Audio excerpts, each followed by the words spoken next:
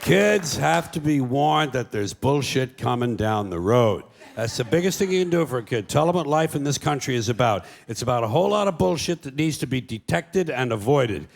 That's the best thing you can do. No one told me. No one told me a thing like that. I was never warned about any of this. Had to find all of it out for myself. And there are still, as with you probably, a lot of things that you're expected to believe and accept in America that I personally have a problem with, and I question a lot of these things. Give you an example. I saw a slogan on the guy's car. It said, "Proud to be an American." And I thought, well, what the fuck does that mean? Proud to be an American. You see, I've never understood national pride. I've never understood ethnic pride.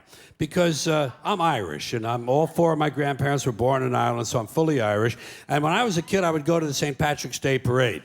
And I noticed that they sold a button that said, "Proud to be Irish." And I could never understand that because I knew that on Columbus Day, they sold a different button that said, "Proud to be Italian." Then came Black pride and Puerto Rican pride. And I could never understand ethnic or national pride. Because to me, pride should be reserved for something you achieve or attain on your own, not something that happens by accident of birth. Being Irish...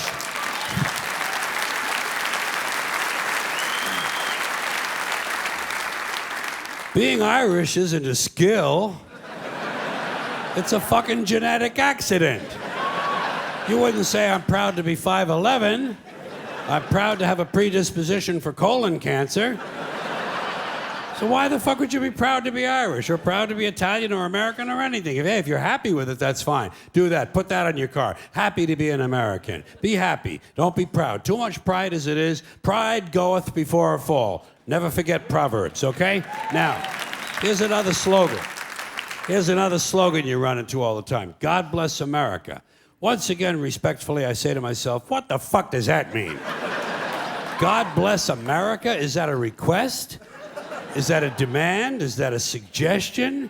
Politicians say it at the end of every speech, as if it were some sort of verbal tic that they can't get rid of. God bless you and God bless America. God bless you and God bless America. I guess they figure if they leave it out, someone's going to think they're bad Americans. Let me tell you a little secret about God, folks. God does not give a flying fuck about America, okay? He doesn't care. He never cared about this country.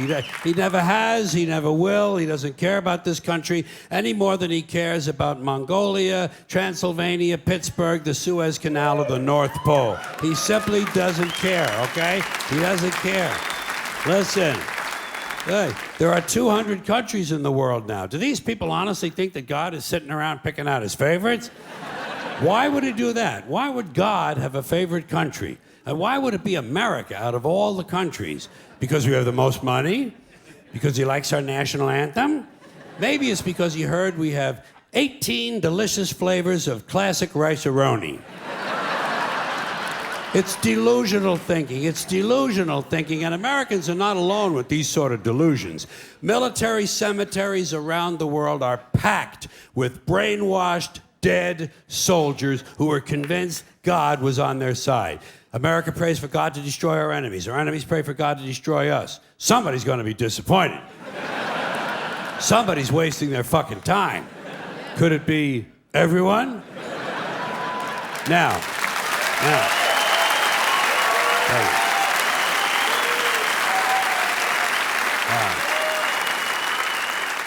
If people want to say God bless America, that's their business. I don't care. But here's what I don't understand. If they say God bless America, presumably they believe in God. And if they do, they must have heard God loved everyone. That's what he said. He loved everyone and he loved them equally. So why would these people ask God to do something that went against his own teachings?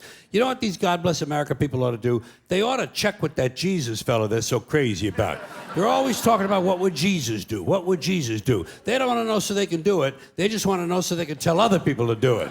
Well, I'll tell you what Jesus would have done.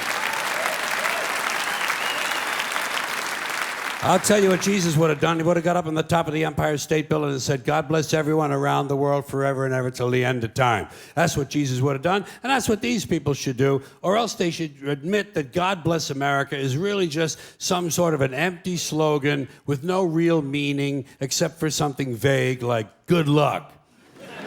Good luck, America, you're on your own, which is a little bit closer to the truth.